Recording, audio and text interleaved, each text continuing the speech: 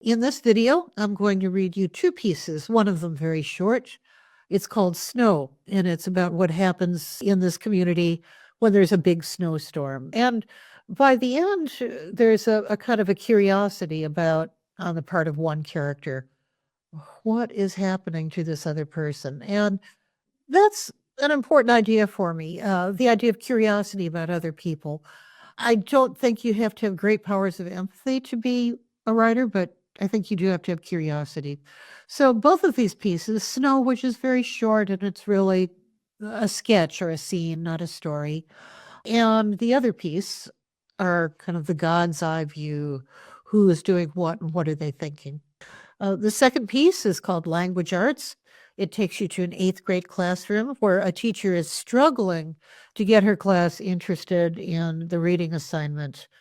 And for this, I'm going into the minds of different characters. Again, I'm God, or the narrator is doing this. I'm trying to imagine what it's like to be an eighth grader, which I was once, but I wasn't any of these people. It's a challenge, but that's what fiction writers do, is try and figure out what other people are thinking. Unless you write entirely about yourself, which some people really enjoyed, but not me. The teacher is desperately trying to get the class interested in what's going on. I'm trying to get into characters' heads without over appropriating somebody else's story, somebody else's experience. So that's the aim here. I don't know if when you were a kid in the lower grades, your teacher would read to you after you'd had your milk and cookies. You'd put your head down on your desk and listen while she read Pippi Longstocking or something like that. So that's the equivalent here. I hope you do so. Put your head down on your desk. Enjoy listening. Thank you.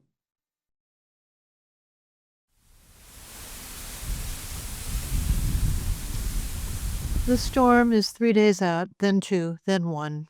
Weathermen can see it coming from a long ways away. The low pressure moves into Colorado, its winds coiling and tightening. Snow closes the mountain passes on I-70. Snow takes aim at Nebraska, coating the roads with ice and jackknifing semis on 180. Iowa's next. There's nothing to stop it. The snow totals add up like football scores, 6, 8, 12 inches. On the radar map, it's bright blue, an expanding wedge coming in from the northwest. There's something festive in the run-up to a big storm. Everybody stocks up at the grocery. Everybody cancels their travel plans. Or not everybody. There are always people who think they can make it through on the highways, the same ones who try to outrun a tornado or drive through a flood. By 2 in the afternoon, the sky has a black look, and by 3, it's begun to snow. A few small, lazy flakes at first, then larger ones falling steadily, then the wind picks up and drives it in great twisting sheets. It coats the windward sides of trees, mailboxes, and parked cars. It builds up first on lawns and bare ground, then on the edges of roads and sidewalks. Then it's everywhere, heaps of snow and white swirling sky. If you can stay inside, if you have enough bread and milk on hand, if you're not about to have a baby or some other medical emergency, then a big snowstorm can be a fine thing. Kids stay home from school. There's a game on television, or maybe you find a good movie. You fix tomato soup and grilled cheese sandwiches for supper. If the power stays on, that is. A few years back, there was a big ice storm that coated trees and branches, which then came crashing down from the extra weight, dragging the power lines with them. The streets and sidewalks were slick and glazed. Emergency rooms filled up with sprains and broken bones, and for some time afterwards, you saw a lot of people on crutches or in arm slings. If you live out in the country, you know to have a generator or some other source for power and heat, something to run your well motor so you have water in the house. Kerosene or propane for warmth, maybe a wood-burning stove or fireplace with a fan you can keep going. If you don't have a tractor with a blade or a neighbor who does, you're going to stay put for a while. Because once you get out in the open where there are no windbreaks, snow is a whole different creature. Kids in town make plans for snowmen and snowball fights or sledding on the city's one actual hill. a volcano-looking thing built up from construction dirt. And you can get around most neighborhoods if you have to. On the interstates and on county roads, especially the north-south ones, snow crosses the pavement in wind-driven snakes. These build into icy patches, and eventually the entire surface of the road is snow-packed. Some roads are lined with snow fences to keep the drifts from piling up. Even if the snow stops falling for a time, the wind whips the fallen snow into a ground blizzard. The phrase you don't want to hear is whiteout conditions. There are a number of ways to get in real trouble driving in big snow. All of them involve being out in the storm. Some people have to be there, like the state police and the snowplow drivers and the towing services. Everybody else is out of excuses. Maybe they're coming back from a trip and they weren't paying attention to the forecast. Maybe they never pay attention to a forecast. Maybe they always drive in snowstorms. You can get into an accident easy enough, especially if you're going too fast or the other guy is going too fast. A crosswind can turn your tires into ice skates, send you into a ditch where your wheel wells fill with snow and you can't even budge the steering wheel. If that happens, you'd better stay in your car with the flashers going and hope nobody hits you from behind. Don't get out and walk along the shoulder or head off across a field looking for help. Those are just easier ways to end up dead. In your car, run the heater just long enough to keep from getting too cold. Hope you don't run out of gas. And check to make sure your tailpipe isn't plugged with snow, which will kill you from carbon monoxide.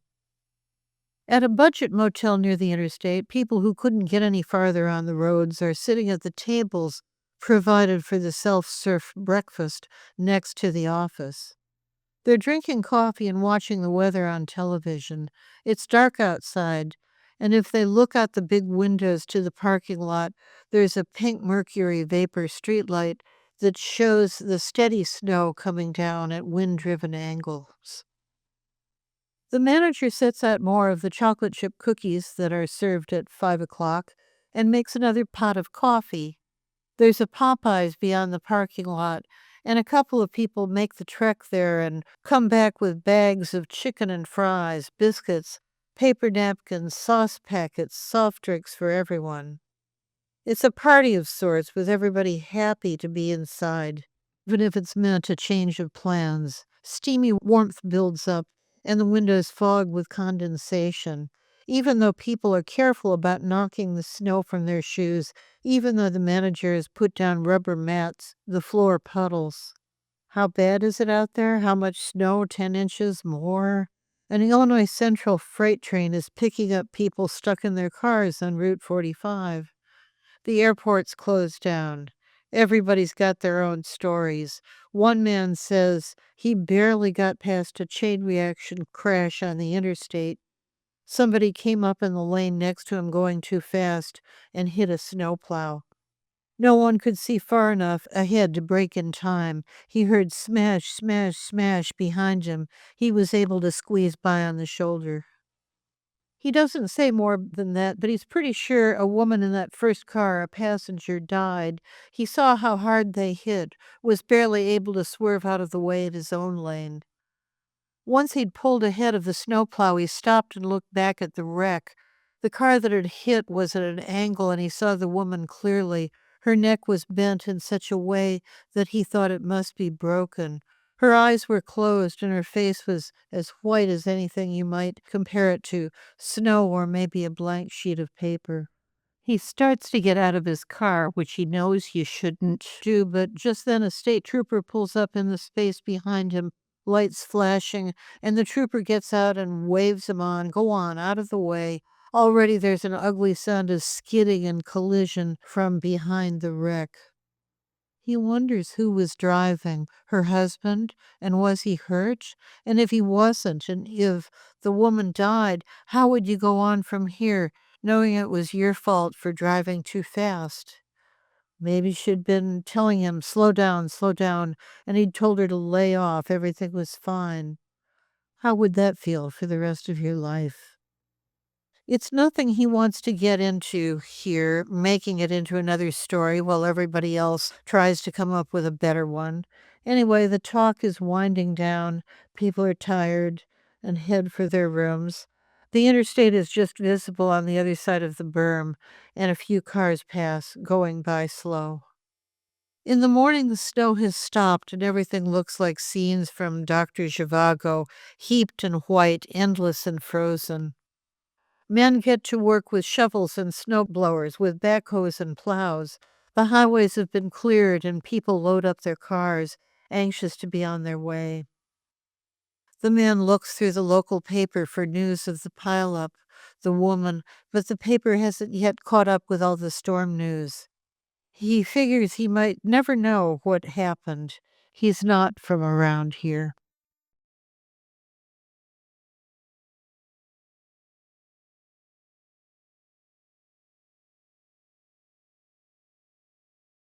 It's February, and spring break feels years away.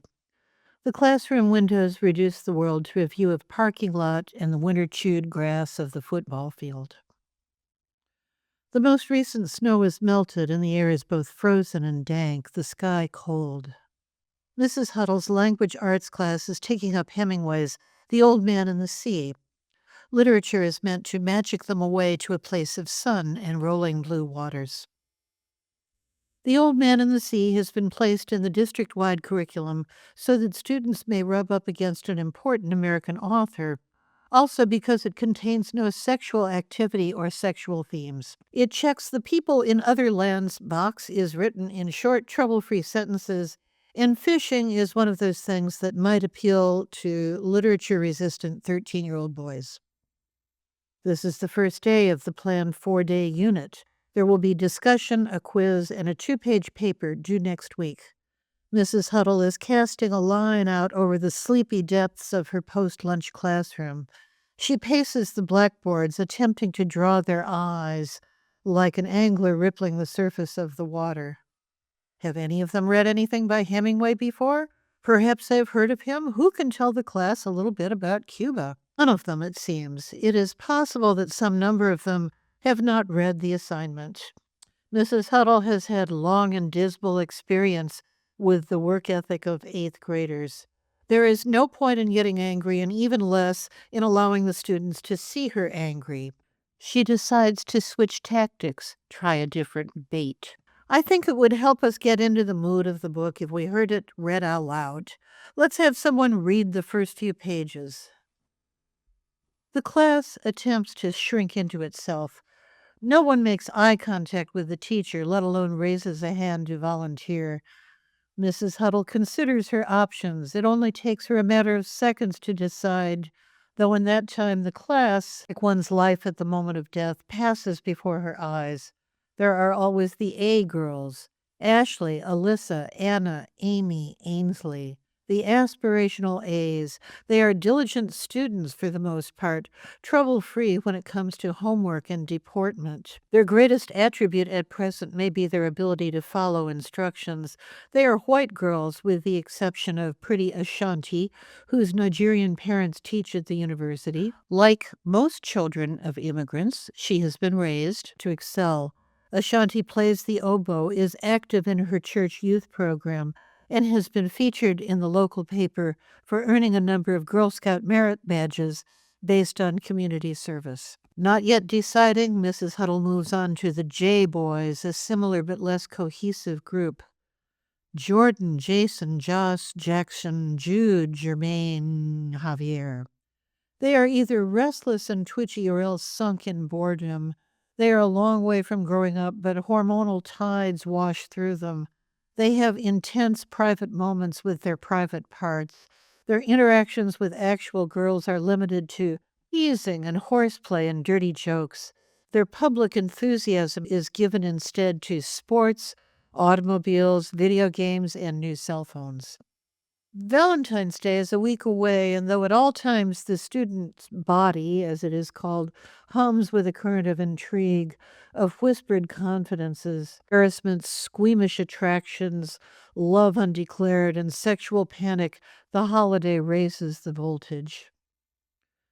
One of the Ashleys, there are two, is in love with Germaine.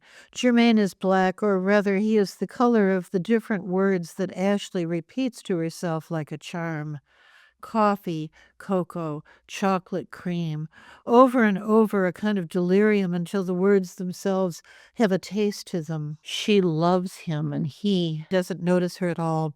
It's hopeless, and she's an idiot. Germain's mom is white, his father black. Mixed couples, mixed children aren't a novelty. Everyone sees them on television now and in the gossip worlds of music and movies, as well as walking around. But it's unlikely that Ashley's parents would be happy about a racial other as their daughter's love object, in spite of, or perhaps because of, Germaine being well spoken and charming. Ashley is aware of this and has a deeply pleasurable fantasy in which she defies and denounces her parents for the sake of love. In this fantasy, her mild mannered parents are made to behave in scornful and unfeeling ways, and Germaine is hurt by them and she must comfort him. Of course, Germaine loves her too. She imagines all sorts of crazy things she'd never admit to anyone. How he protects her from the school shooter who appears in the classroom doorway, sometimes at the loss of his own life, sometimes suffering a grievous wound which she must tend. Or the two of them are trapped by emergencies of weather or war, forced to cling together, etc. Or they declare their love and run off together, experiencing privation, threats, cliffhangers, kissing each other, touching each other, and at a certain point the two of them turn into the man and woman in the dirty movie her brother left open on his computer before he came back in and yelled at Ashley and her friend Cindy to get out. She's going to give Germaine a valentine. It must be the exact right valentine and must be conveyed anonymously. She would die if he found out it was from her. She would kill herself. Of course, not all valentines are innocent, not these days. All the kids have phones, and every so often there's a scandal involving pictures. Girls who take pictures of themselves with their tops off or worse, and everybody sees the pictures. What if Germaine asked her to? Would she send him such a picture? She goes back and forth thinking yes and never, and maybe she's a slut or maybe she's not. There's some idea beyond slut that she can't quite explain to herself. It has something to do with boredom, the boredom of being just one more good girl when she wants to be passionate, intense, and dramatic, like Bess, the landlord's daughter in The Highwaymen. Bess, the landlord's daughter, the landlord's black-eyed daughter, plaiting the dark red love knot into her long black hair, which is another lame and total piece of crap. She's an idiot. It's not the kind of thing anybody knows in the 8th grade, so it will take her a long time to learn that sometimes what you call love isn't really about another person, but about yourself. Mrs. Huddle considers calling on Germaine to read the pages from Hemingway. He's one of the more poised kids, a good reader, and is unlikely to make either himself or the material seem ridiculous. Mrs. Huddle will not soon forget the class 2 years ago when she called on a hulking, spotty boy who had already been held back once and directed him to read from The Legend of Sleepy Hollow. His slow and guttural voice, he managed the following sentence. That evening, Ichabod Crane spent an unusually long time at his toilet. She passes over Germaine. It would be going to the well too often. For the same reason, she does not call on Andrea Lee or Michael Kim, the class's Asian contingent. For different reasons, she does not call on Devante or Mario. They never read anything she assigns. They have long since determined that no matter what they do or don't do, they are stupid, dangerous, threatening, and disposable, the kind of black boys for which the world has no good use. Tina, Mrs. Huddle says, could you please start us off? Tina's heart curls up like a shrimp. Her body floods with heat. Why her? Here she was minding her own business, not doing anything wrong, picked on to make a total dork fool of herself. She takes her time pulling her book out of the pile of books and smoothing it open. Around her, the rest of the class, off the hook, lets out its collective breath. Legs are crossed or uncrossed, chairs squeak across the floor, and a number of busy private conversations start up. Mrs. Huddle has to advance into the room and enforce silence, which is all right with Tina, since she can put off the reading and public shame for one more minute. She thinks she knows why the teacher has singled her out. It's because she's the most ordinary, average, unremarkable person in the room. Not pretty or popular or brilliant, not singled out for teasing or bullying either. She's not interesting enough to make a good target. Not a jock or an artsy type, no special talent to claim. She's okay. This okayness is the most consistent thing about her. Tina gets okay grades. She's not a problem in terms of her conduct, does not bring contraband to school, does not skip class, does not talk back. She is very not. Her mother worries that Tina is not happy. Well, why should she be? Her mother is always attempting to nag her into happiness, as if it's a chore left undone, or more likely something her mother thinks will reflect badly on her parenting. Her mother tells her how much prettier she looks with a pleasant expression on her face, which is just so much howling bullshit. Her mother says, "Remember, you catch more flies with honey than with vinegar." Flies? Seriously? There are times she hates her mother more than anything else in the world. Someday, Tina promises herself, waiting for that bitch, Mrs. Huddle, to nod in her direction and the ordeal of reading to begin. She will surprise everybody. She will do something or be something amazing, something they can't ignore, like the Game of Thrones queen with the dragons, or maybe she'll be a boss who yells. She doesn't yet know exactly what, but that hardly matters. The flame of grievance in her is lit and stoked by careless people who don't know the abiding power of her anger. Oh, yes, they'll see. Mrs. Huddle signals Tina and she begins.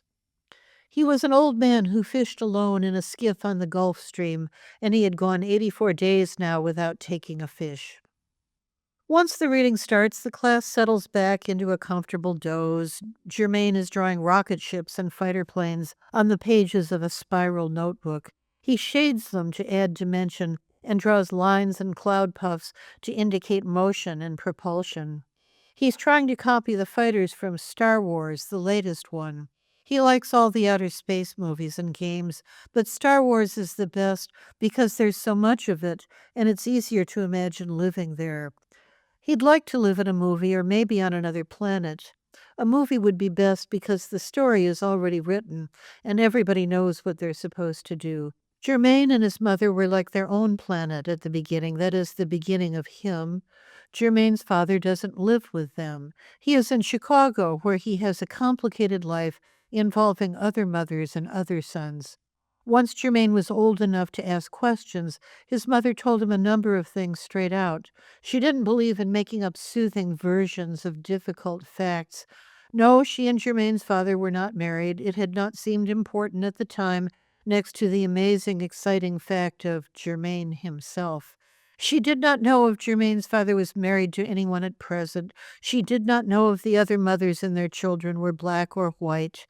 Color is not the most important thing in the world, even if other people think it is. Your dad isn't what you'd call a long-term planner. Your dad doesn't like making up his mind. He likes to keep his options open. Germain had asked her if his father was that way because he was black, that way meaning not marrying people. His mother gave him a look he thought meant he'd be punished, but she quickly softened. No, baby, he's that way because the world told him a black man should act like a trifling fool, and he listened. Don't you ever listen to that crap. So he doesn't, or he tries not to. He's older now, and there's a space of silence and privacy between himself and his mother.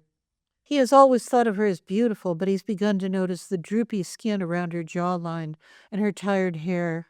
The world is full of questions she can't answer for him. Who is he, and who is he supposed to be? And what is going to become of him when he grows up? And how does that happen anyway?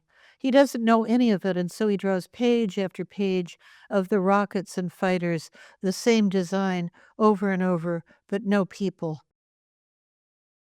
Tina reads the passage describing what the fishermen do to the fish they've caught. removing the livers and fins and skinning them and so forth. And there's a mild collective ugh and similar sounds of disgust from those students who have been paying attention. Mrs. Huddle allows this commentary, something lively without being disruptive. But a minute later, she stops Tina and says, Devante, do you have something to share with the class? Nuh-uh. Tell me what you said about the book. How come they talk funny? Excuse me? They talk it funny. Mrs. Huddle asks Tina to go back and read the part of the scene with the old man and the boy again, the part where they're talking about baseball. Tina reads the following. The Yankees cannot lose. But I fear the Indians of Cleveland. Have faith in the Yankees, my son. Think of the great DiMaggio. Funny, Devante says again, like they stupid. You stupid. Shut up, man. Mrs. Huddle intervenes here. The teacher's reading guide is not helpful on the subject of dialogue, saying only that Hemingway wrote short, clear sentences in a distinctive journalistic style. She tells Devante he makes a good point. There's something, well, fishy about the dialogue, isn't there? She's made a joke. The class groans. She's also managed to give Devante some positive reinforcement, hoping to make a dent in his unserious attitude towards all things school. It's uphill work and she's years too late. Well, onward. She says, the book takes place in Cuba. Do you think the characters are speaking in English? She waits for the ragged and reluctant nose. Then she launches into a tricky discussion of Hemingway writing English to sound like Spanish, which had to do with diction and not Hemingway thinking that Spanish or people who spoke Spanish were stupid. Devante punches Mario in the arm. Told you. She it. Devante slides down in his chair, resting on his tailbone, resuming his comfortable boredom. He doesn't mind school since he doesn't do much in the way of homework or tests, not unless he's made to. At school, he sees his friends, horses around, yawns, scratches, dozes. It's better than his grandmother's house where he lives with his two younger brothers. His grandmother is all about the church. There are prayer circles and pillar ground of the truth meetings, raffles to benefit the mission work. Her house is small and smells of burnt food and pine cleaner. His grandmother wears flower print housecoats with buttons up the front that gap open over her giant brassiere, slippers made out of rubby fabric like a bedspread. They make a shuffling noise as she circles from the bathroom to the kitchen to the bedroom, round and round. Devante hates those ugly-ass slippers and the sound of her feet, shoof, shoof, shoof, the sounds of her groaning and smacking her lips when she eases herself into her good chair. She's short and squatty. She prays every day about her arthritis and her wheezing heart. But she can still lay into her grandsons with a belt if she catches them in an untruth or blaspheming or the time Devante stole money from her purse. That was when the belt got him under the eye and the eye bulged out for 3 days. She hadn't meant to do it. She sobbed and called on Jesus and held a cold cloth to his eye and told him he was loved. She bought him a new backpack and comic books and cooked him turkey legs and sweet potato pie. Love like hers will bust you up. His eye heals up good as new, except for one little blurred spot at the bottom, and it's worth it because from then on, she doesn't wail on him, only hollers about how she's going to do so. He's getting too big anyway, too big to be afraid of her, and she shakes her head and says she prays he won't fall into the lake of everlasting hellfire. He's still afraid of God. Every Sunday is church. His grandmother dresses up in one of her outfits, the pink suit or the black and white or the royal purple, and the shoes that hurt her feet. Devante and his brothers are scrubbed clean and dressed in white shirts with creases iron sharp, and the pants she's let out and hemmed up so many times all the cuffs have wear lines. They sit on the couch while their grandmother takes over the bathroom, adjusting her hat and applying perfume. Then she herds them out to the alley and loads them into her gold Pontiac and drives them off to heaven or the closest she can get to it. The Church of the Living Word and the Bright and Morning Star is across town, the neighborhood their grandmother lived in before she had the boys and wanted better for them. The church building is a structure of yellow brick raised above the ground by a set of cement stairs and wrought iron handrails. Inside, as grandmother greets her friends, the congregation is small and mostly made up of women. Their different perfumes bump together like clouds, dissolving at their edges. The boys are presented, inspected, and told they've grown since the week before. Their grandmother sits them down on either side of her so she can swat at them if they misbehave. The organ strikes a chord and holds it. The pastor, a gray-haired, serious man wearing glasses, raises his hands and looks skyward. Oh, Jesus, Jesus. The congregation echoes them and the organ plays a flourish. Oh, Jesus, hear our prayer. We thirst for the water of life, for your mercy and grace, for the strength to trust you in times of trial. Then the moaning starts. The room sways and moans and groans. A trilling sound breaks out from the back, one of the congregation overcome. The Holy Spirit lays into them, shakes them loose like fruit from a tree. The preacher calls out, the organ answers. It goes on and on. God is supposed to be everywhere, but for Devante, he's never as present as he is right here, breathing down his neck, unbuttoning his spine. God knows the deep down badness in him. In the whole congregation, there are no boys older than himself, and no men younger than the pastor. Once you are no longer a child, you are in deadly peril.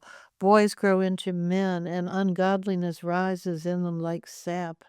Them no good men, his grandmother calls them.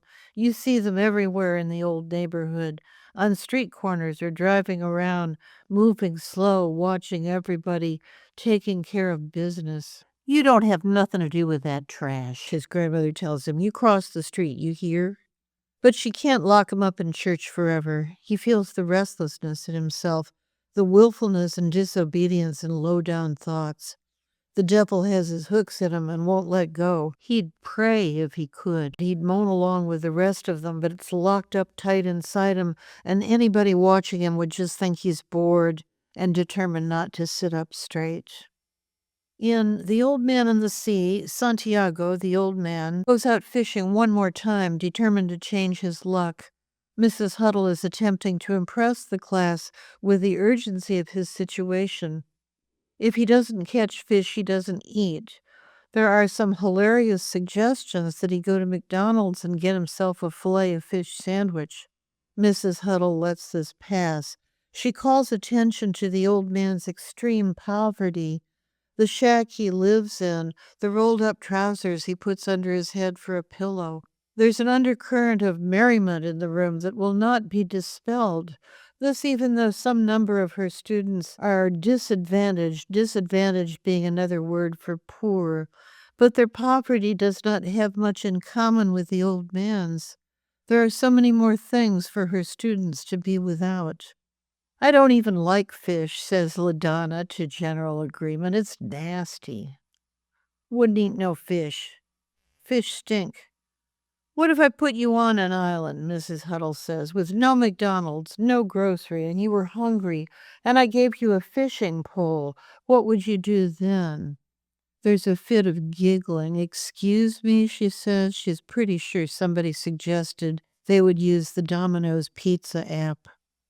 There are 40 minutes left in today's class and 3 classes beyond this one scheduled for the discussion of The Old Man and the Sea.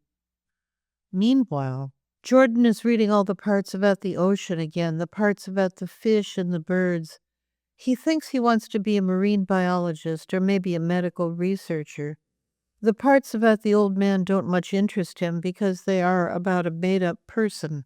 There will always be more than enough real things in the world to occupy him. Teacher is trying to get them to say the book is about the conflict of man versus nature. Jordan thinks this is wrong-headed because man is also nature, as much as the dolphins and sea turtles and the Portuguese man of war are, as much as the flying fish and squid and terns are, and to think any other way is to perpetuate a lot of obscene and destructive human behavior. He won't say any of this in class. He doesn't like to call attention to himself. He might put it in the paper they have to write. He's an A student, even in the classes that bore him, like this one. He's smarter than most of the other kids, maybe smarter than all of them. Sometimes he thinks, without finding it remarkable, that he might be smarter than his teachers, that it's only an accident of timing that he's sitting at a student desk while they go on about the business of telling him what to do.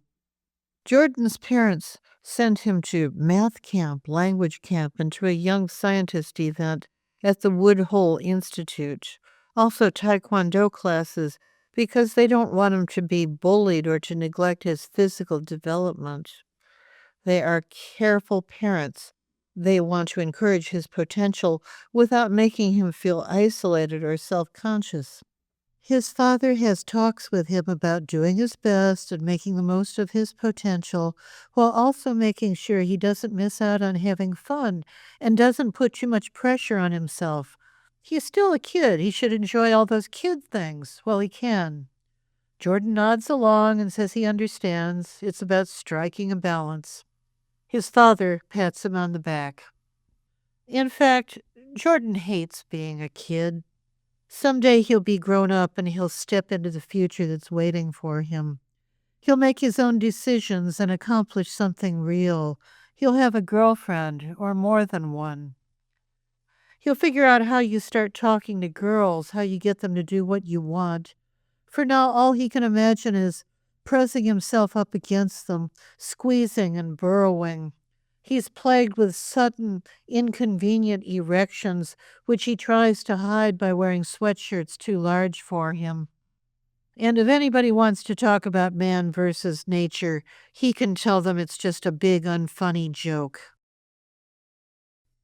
"Mrs. Huddle," says a girl, "why can't we read some Harry Potter?" "Because you've read them all already." "No, we haven't," unconvincingly. "Because The Old Man and the Sea will be on your achievement tests." Sound of groaning. "We could do it for extra credit," another girl suggests. "Finish this book up early and have people give extra credit reports." A chorus of "yeah" and other enthusiasms. "We'll see," Mrs. Huddle tells them, attempting to put them off. There are parents out there who will regard the books as witchcraft and who will write letters to the newspaper. And while the language arts curriculum has moved away from the notion that literature, like broccoli, should be good for you in spite of itself, it has not yet migrated all the way over to the idea that it ought to be fun. "Please, Mrs. Huddle, we don't have to spend all week on the fish story, do we?" "That's not what it's called," Mrs. Huddle says, giving up the fight. What does it matter if the book they love isn't on the reading list? It's the love that counts, or should. She has a secret. She loves her students. Even the dull and laggard ones, she worries about them all, about what the world has in store for them, what the world has already done to them. What can she do? What can anyone do except wave at them as they streamed past, tossing out words of praise or caution? It never feels like enough. She doesn't expect any of them to remember her, at least not for long. She has another secret. She's not really Mrs. Huddle. She's no longer married, hasn't been for more than 30 years, and anyway, Huddle was only one of the made-up names her husband used to transact his many slippery business enterprises. Nor had she been old enough to be legally married. They'd falsified that too. But people expect women her age, school teachers, to be married. It saves a lot of tedious explanations. She'd left home when she was 15, only a couple of years older than these students. This was in a western state a long ways from here. She had reasons for leaving home and reasons for running off with a man twice her age. But the reasons hadn't held up. When it came to bad treatment, a husband wasn't that much different than a father. The law caught up with both of them, and she became briefly a ward of the state. She joined the army as soon as she was old enough. She'd never considered college, let alone being a teacher. It wasn't a calling meant for wayward girls. But there were scholarships and recruitment programs, and it turned out she liked reading books, liked the orderliness of beginning on the first page and going all the way to the last, how that part never changed. And after everything else she'd done and been, it wasn't that hard to lead discussions of paragraph structure. She'd come to rest in this ordinary life, which gives her a deep comfort and pleasure, as if, well, as if she had been lost at sea and then found. She pays her bills and keeps two cats, and in the summer she grows lettuce and radishes and tomatoes in her backyard. It's all entirely unremarkable. And yet, a long time ago, she pulled nuggets of broken glass out of her face with tweezers. She'd been in the back of a police car. She has been locked up in a room with no shoes to keep her from running away. She's had her head shaved because of lice. She wants to tell her students what she's learned, that whatever your life is now, it doesn't have to stay that way. There ought to be some way to convey this. A little at a time, maybe, and in between the lines. All right, she says, here's the deal. Take out your pens or pencils. Tell me if you need writing paper. I want everybody to write down what you think is important about the book. What is it trying to tell us about the old man or about the sea? If everybody does a good job, then we can talk about some extra credit projects. There's a noise of scraping chairs, conversations as they ready themselves, hunt down pencils. She raises her voice. And don't put your name on the paper. Write whatever you honestly think. I won't know whose it is. This is a radical notion, as they are always held accountable for their opinions and assignments. It silences them for a while before they're back with questions, demands, negotiations. Mrs. Huddle, what if we don't like the book? Do we have to talk about the whole book or can we do one part? Mrs. Huddle, what if we forgot something and don't have our book with us? Mrs. Huddle? Mrs. Huddle? Mrs. Huddle? There's no such person, but never mind that. The students settle down to their labor. The bell rings for the end of class. She directs them to put their papers face down and pass them to the front. The room empties. She puts the student papers aside to read during study hall. Although there are no names on the pages, it's not hard for her to guess. I did not read the book because I did not have a copy of the book. Sorry. Smiley face. The book did a good job of describing the marine environment. Hemingway builds up credibility by using specific, authoritative details. We believe that Santiago is an experienced fisherman because of the quiet way he goes about his routine. We can also draw conclusions about his character from his endurance and not wanting to give up. He is stoic and fatalistic. This was Hemingway's last book, and I imagine he wanted to be like Santiago, fighting one last fight without complaint. He often wrote about bullfighting and about war, two other confrontations that caused men to measure themselves against adversarial circumstances. It's always the endurance that counts, not the fact of winning or losing.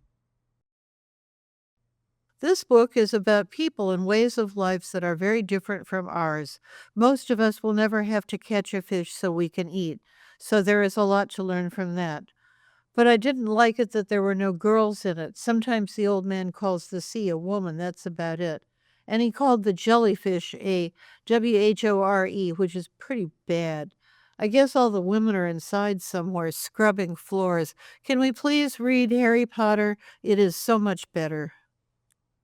The book was all right. There was a lot of time when nothing was happening but fishing, and that was sort of boring. The part I really liked was the boy and how he took care of the old man and showed how much he worried about him. It is not a usual kind of friendship, but it is for real. The book made me think that there are friends out there we have not met yet and people we think might not be friends, but they are. I don't understand why we had to read this book. I am never going fishing in a million years. I don't even know how to swim. I guess we are supposed to feel sorry for the old man because he is so pitiful, but I thought he was sort of dumb. If it was me, I would have moved somewhere better where it's not so hard to earn a living. Harry Potter would be good to read in class because it is about people our age. But you could never really have a school like Hogwarts where everybody knows magic because they would spend all their time cursing each other and playing tricks. I know I would. I'm sorry, Mrs. Huddle, but if I was a witch, I would probably cast a spell so we were already grown up and didn't have to go to school. But I would still like to take a potions class. Ha, ha, ha. It's still February, but now it's one day closer to spring break.